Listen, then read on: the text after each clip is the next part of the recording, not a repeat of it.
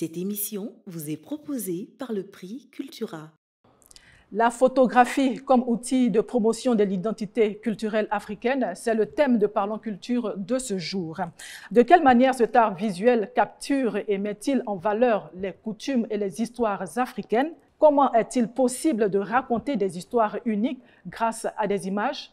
Les réponses, c'est tout de suite avec notre invité, le photographe d'art documentaire contemporain Barnus Gbekidé.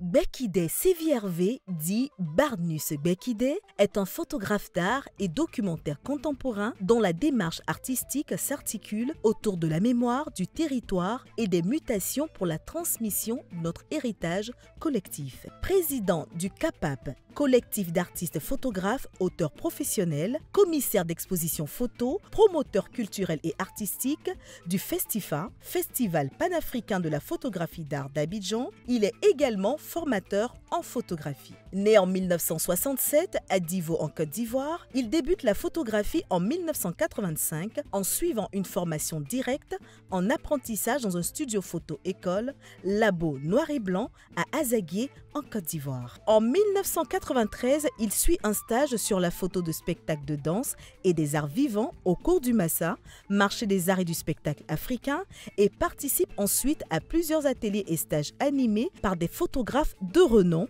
André Lutzen et Anna Leithoff de l'Allemagne, l'américain Cheryl Correlike ou l'espagnol Pep Bonet. En 2001, il est sélectionné officiellement pour exposer aux rencontres de la photographie africaine à Bamako, au Mali. On le retrouvera aussi en 2009 à l'Expo Photo Reflets d'Afrique au Musée national d'art moderne et contemporain d'Alger. En 2016, il expose à la Rotonde des Arts Contemporains à Abidjan et l'année qui suit, il est sélectionné en qualité d'expert culturel et artiste photographe pour réaliser les photographies de l'édition du catalogue des œuvres d'art exposées dans le cadre des enjeux de la francophonie à Abidjan. Il a intégré l'agence Panapress puis celle de l'AP, Associated Press. Aujourd'hui, Barnus Gbekidé publie régulièrement dans plusieurs magazines internationaux africains et européens.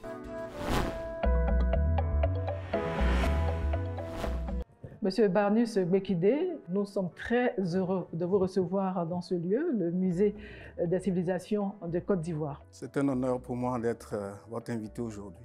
Alors dites-nous, parlez-nous un peu de votre parcours en tant que photographe professionnel.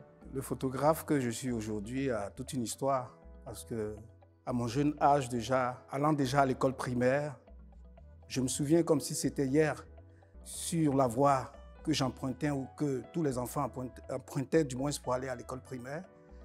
Il y avait un monsieur qui était graphiste, calligraphe, mais qui avait l'air de ne pas être normal.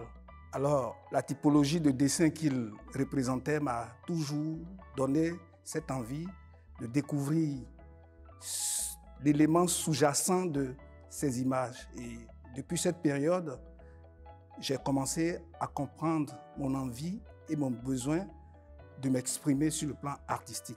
Finalement, en feuilletant des magazines et des bouquins, je suis tombé sur l'histoire d'un photographe américain qu'on appelle Eugene Smith, une icône du monde de la photographie, dont les images m'ont beaucoup marqué. Et depuis cette période, j'ai décidé d'emprunter ce pas. Cela m'a poussé à me former.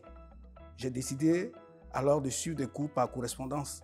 Mais suite à cela, n'étant pas suffisant pour moi de façon pratique, j'ai décidé de me faire engager avec l'aide de ma mère dans un studio photo pour une formation directe en prise de vue de studio de portrait. Cela s'est bien évidemment passé dans une ville qu'on appelle Azaguié. J'ai été repéré par un journaliste d'Ivoire Soir à l'époque qui venait pour couvrir les faits divers. Et j'étais à cette période-là devenu le photographe qui illustrait un peu ces histoires au niveau de la presse. Et à partir de cela, j'ai commencé à publier dans Ivoire Soir Et lorsque j'ai fini ma formation avec le certificat de fin d'apprentissage, je suis remonté sur Abidjan et j'ai fait la connaissance du Kiyi Mbok de Ouéréoué Liking. Ce temple de la culture, cette grande maison d'activités culturelles m'a encore boosté dans ma démarche d'expression artistique, mais dans une spécialité d'art visuel, de façon spécifique la photographie. Alors, j'ai fait la connaissance de ce groupe puisque je m'y rendais volontairement et j'observais un peu l'environnement culturel avec tout ce qui s'y déroulait. Puisque dans ce village, on avait non seulement des sculpteurs, je pense que ça existe encore, on avait des personnes qui faisaient la teinture batik, on avait des chorégraphes, on avait des stylistes, pour ne citer que ceux-là.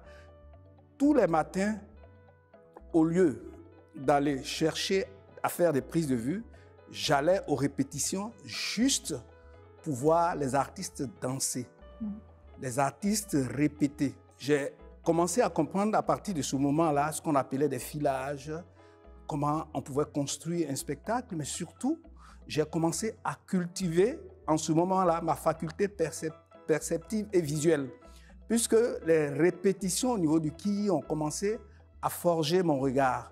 Tout ce que j'entendais, tout ce que je voyais motivait ma volonté de devenir un photographe de référence. Et Ouéréoué Liking a commencé en cette période-là à me remarquer puisque c'était de façon bénévole que j'y allais et j'ai commencé à réaliser des photographies pour le groupe Kiyi. Chaque fois qu'il y avait la conception d'un spectacle, volontairement, je venais pour les prises de vue, pour réaliser de la répétition jusqu'au jour du spectacle, soit à l'époque au Centre culturel français. Un parcours inspirant. Mais justement, à quel moment de ce parcours-là vous est venue l'idée de faire la promotion de l'identité culturelle africaine à travers vos images, à travers vos photos? Il faut dire qu'en étant photographe et en étudiant la photographie, j'ai compris que c'est un moyen de communication, un langage universel, un moyen d'expression artistique. Et dans le contenu d'un travail artistique, il faut de la symbolique qui reflète l'Africain que je suis. À partir de cet instant, j'ai compris que les sujets qui pourront m'inspirer pour travailler devraient être des sujets africains de façon générale. Et à partir de ce moment, j'ai commencé à rechercher des thématiques liées à l'identité africaine. J'ai commencé à comprendre comment raconter une histoire, mais tout en s'intéressant, bien évidemment, à une histoire africaine avec un contenu, avec du matériel africain. On peut photographier avec ses tripes, avec sa faculté perceptuelle, mais en y ajoutant un contenu africain. Et j'ai décidé, à partir de là, parler de la voix de l'Afrique en étant photographe. Et quels sont les thèmes que vous abordez? Mais en général, jusqu'au jour d'aujourd'hui, je travaille beaucoup sur la chevelure, par exemple, africaine. Je travaille sur, justement, avec l'influence que j'ai eue avec le village, surtout je travaille beaucoup sur la danse. J'ai décidé, à un moment donné, lorsque j'étais au village Kiyi, de m'intéresser aux différentes formes de danse. J'ai aussi travaillé sur des visages purement, typiquement africains. Donc les coiffures, les danses et les visages. Et les visages. Ce sont les grands thèmes que vous avez. Les grands thèmes, mais aussi dans le stylisme, parce que j'ai travaillé aussi pour le vestimentaire, où je me suis intéressé à des couturiers, des particuliers aussi qui réalisent des tenues en rapport avec l'Afrique. Et qu'est-ce qui vous motive? Qu'est-ce qui vous a motivé à vous intéresser à ces thèmes particulièrement? Ben, ce qui m'a intéressé, c'est que au sujet, par exemple, de la coiffure, quand on rentre un peu dans l'histoire de la coiffure, toutes les recherches que j'ai faites autour de cette thématique est que la façon dont on se coiffait à l'époque, au temps de la colonisation, quand on insistait pour ne pas modifier sa façon de se coiffer à l'occidental, c'était une forme de résistance en fait. Donc pour moi, c'est aussi une façon de résister à d'autres cultures autres que celle qui doit être valorisée, c'est-à-dire celle de l'Afrique. Il y a véritablement eu résistance en Afrique? en comparaison aux États-Unis où le afro était une expression de résistance. Oui, mais il faut dire que ce sont les Africains qui ont été déportés aux États-Unis. Donc, c'est une suite logique un peu de la résistance en partant de ce principe-là, puisque à la base, ce sont des Africains qui ont été déportés. C'est la culture africaine. On appelle ça, je crois, afro, comment on appelle ça déjà? L'afro, tout simplement. Voilà, qui a été déporté aujourd'hui aux États-Unis, quoi. Voilà, pendant la traite négrière, pendant la colonisation et autres. Voilà. Et quels sont les types de coiffures que vous avez remarqués ou que vous avez photographiés? Oui, j'ai beaucoup travaillé sur les afros, par exemple. Les afros, c'est la chevelure naturelle de l'Africain, c'est-à-dire qu'il porte et qu'il laisse pousser à volonté. D'accord. À part l'afro, est-ce qu'il y a d'autres coiffures qui étaient significatives d'une résistance? Oui, par exemple les tresses. Il y avait des modèles de tresses, par exemple, que les femmes faisaient avec des linons, par exemple, qui étaient des formes de résistance. Est-ce que les hommes se tressaient à l'époque? Ou c'était seulement que des femmes? Non, c'était dans la démarche que moi j'ai faite, c'est seulement les femmes. Mais les hommes faisaient quand même des afros. Les hommes faisaient des afros. Alors, à votre avis, vos photos, est-ce que ces photos-là contribuent à changer ou à améliorer le narratif de l'Afrique?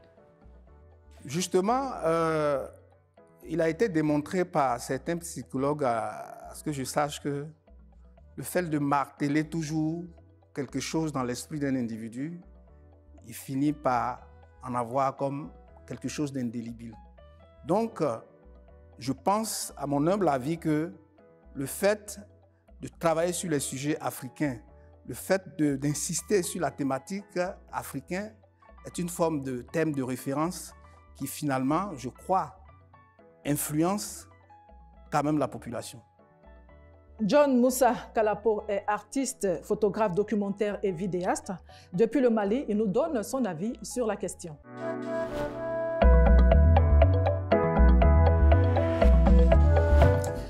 Merci Degloria.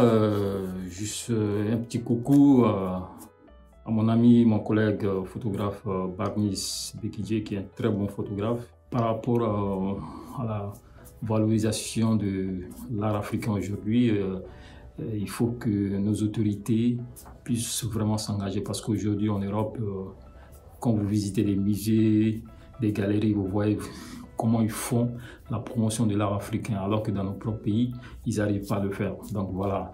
Donc, alors que c'est à nous de faire cette promotion en Afrique pour faire connaître les artistes africains dans leur pays, dans leur continent, alors qu'aujourd'hui, la réalité est là. Donc, c'est l'Europe qui font ça à notre place. Alors que c'est nous, les artistes, qui devons raconter ces histoires pour des futures générations. Donc, moi, je pense que c'est à nous, en tant qu'artistes africains, de raconter des histoires qui se passent chez nous. Ce n'est pas d'autres personnes pour venir raconter ces histoires. Donc, voilà, c'est ça qu'on appelle vraiment faire la promotion de l'art africain à travers les campagnes, à travers les expositions, à travers des festivals en Afrique. Voilà, donc c'est comme ça que nous pouvons faire cette promotion, faire connaître l'art africain, faire connaître les artistes africains dans leur propre pays. Parce que c'est ça, normalement. C'est pas à l'Europe de nous faire découvrir, mais c'est le cas aujourd'hui que nous voyons que c'est l'Europe qui nous fait découvrir à travers le monde, à travers ce que nous faisons. Ils accordent d'importance par rapport à ce que nous faisons, alors que chez nous, on ne nous accorde aucune importance. Donc voilà, donc je dirais vraiment les acteurs culturels, les politiques, l'État doit s'investir pour que les artistes africains puissent vivre de leur art. Donc c'est à eux de prendre le flambeau en main, de faire cette promotion des artistes africains pour qu'ils puissent être vus chez eux d'abord, avant d'être vus ailleurs. Donc du coup, je dirais que c'est dans cette démarche que nous pouvons vraiment être connus chez nous et faire la promotion, comme j'ai dit, à travers des expositions, des festivals, parce que nous, on voyage beaucoup et on fait pas mal de festivals. Et tous ces festivals se trouvent en Europe. Alors qu'en Afrique, on est tellement riche à nos histoires à raconter, à nos histoires à regarder. Donc, Et il faut qu'on fasse vraiment cette promotion. Ça doit commencer d'abord en Afrique avant d'arriver dans d'autres continents. Donc je pense que c'est dans ce cadre qu'on peut arriver à faire vraiment la promotion et valoriser ce que nous créons, ce que nous faisons, ce que nous racontons pour que les artistes africains puissent vraiment s'en sortir. Merci à vous et à bientôt. Retour sur le plateau avec notre invité, le photographe Barnus Gbekide. Alors, pouvez-vous partager avec nous une expérience significative d'une photo que vous avez prise et qui a eu pour but de valoriser l'histoire africaine?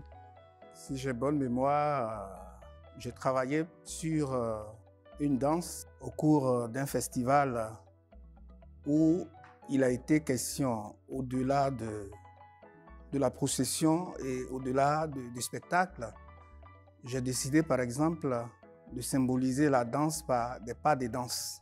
Et ces images dans la typologie de prise de vue a mis en valeur les gestuels des pas de danse de l'un des danseurs par exemple pour exprimer le mouvement de cette danse-là. Il était facile pour vous de capturer ces images-là?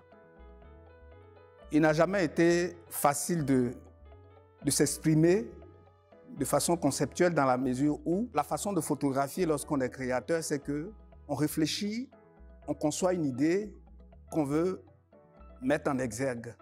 Donc ça n'a jamais été facile dans la mesure où c'est une forme de recherche, de gestuelle et de symboles à réunir dans un cadre. Parce que la photographie étant un découpage dans le temps et dans l'espace, c'est justement la faculté perceptuelle du photographe à pouvoir observer un élément spécifique qu'il voudrait exprimer. Vous parlez de mouvement et vous parlez de photos. C'est une seule photo ou c'est plusieurs photos qui immortalisent ces mouvements? Celle dont je parle, c'est une seule photo qui immortalise cette gestuelle qui donne toute l'expressivité et toute la signification de cette photo-là. Mais elle est faite sur la base d'une faculté perceptuelle, c'est-à-dire que j'observe la gestuelle. Je pars dans le but de découper dans le temps et dans l'espace et pouvoir réunir tous les ingrédients significatifs pour que, comme un peintre, cela ait une résonance expressive. Est-ce que c'est facile pour l'observateur d'avoir cette explication-là, de comprendre ce que vous avez voulu immortaliser à travers une image? J'estime qu'en général, selon mon parcours, il semble qu'une bonne photo obéit à un certain nombre de critères. Et ces critères-là, en général, c'est très souvent, on parle de qualité technique, mais on parle aussi de l'originalité, on parle de la composition. Donc, si tous ces éléments sont réunis, c'est sûr et certain que la photo pourra d'une certaine manière dégager une certaine émotion. L'émotion, le ressenti n'est pas forcément une écriture, mais c'est quelque chose qui se dégage lorsque quelqu'un parcourt du regard cette photo. Il y a toujours quelque chose qui pourra attirer son attention pour qu'il se sente concerné d'une certaine façon par cette image. Monsieur Barnus Gbekide, est-ce que la photographie ou l'image joue un rôle d'éducation? Certainement, pour ne pas dire sûrement, puisque c'est un moyen de communication, pour ne pas dire un vecteur mondial de communication. Car, selon une pensée, c'est l'œil cultivé du photographe qui réagit motivé par une sensibilité. Donc, c'est un puissant moyen de communication. Du moins, c'est un art qui permet de véhiculer des messages.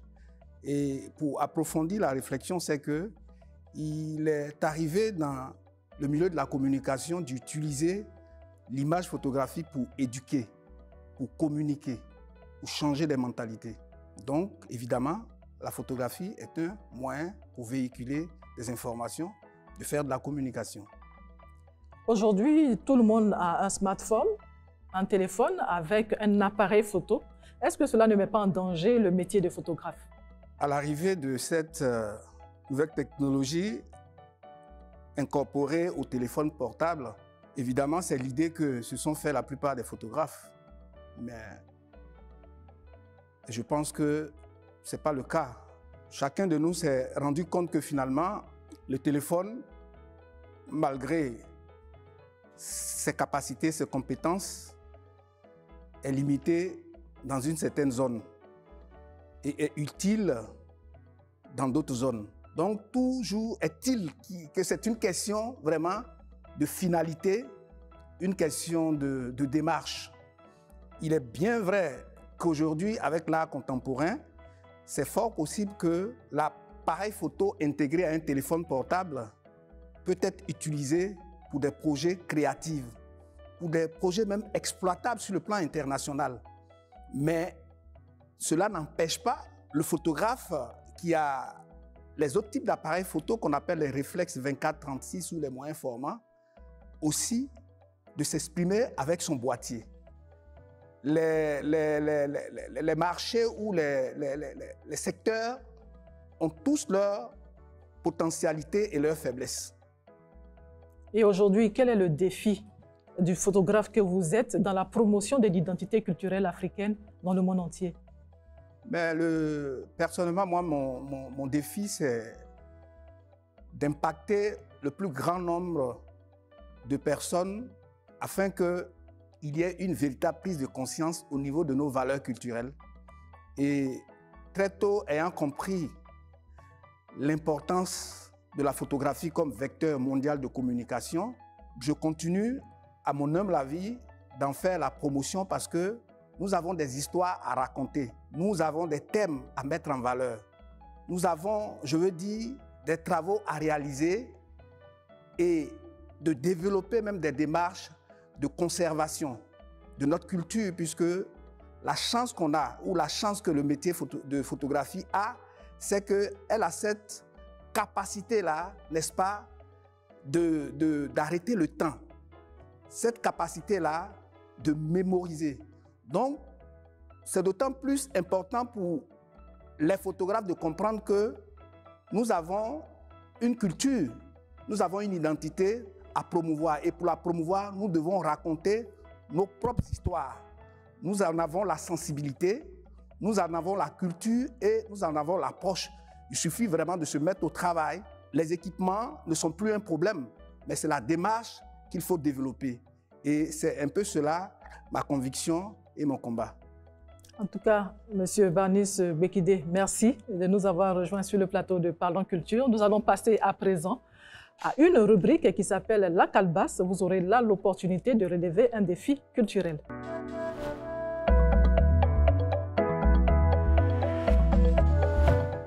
M. Barnis Bekidé, c'est à vous de tirer à présent votre défi. OK.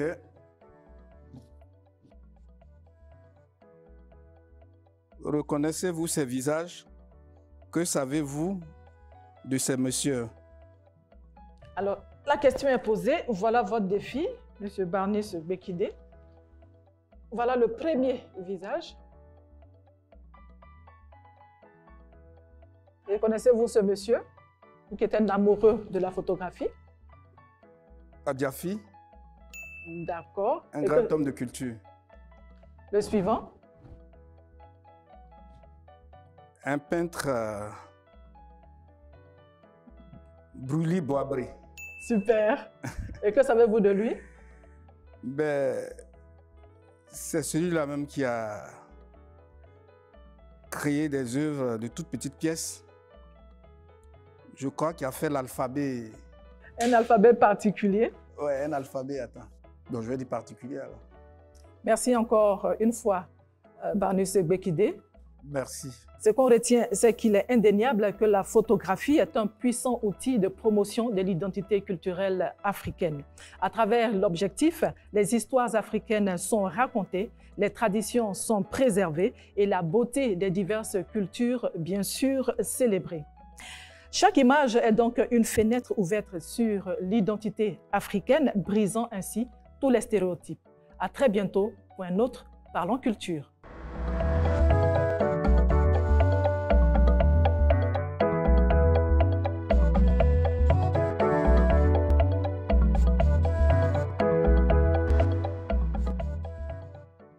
Cette émission vous a été proposée par le prix Cultura.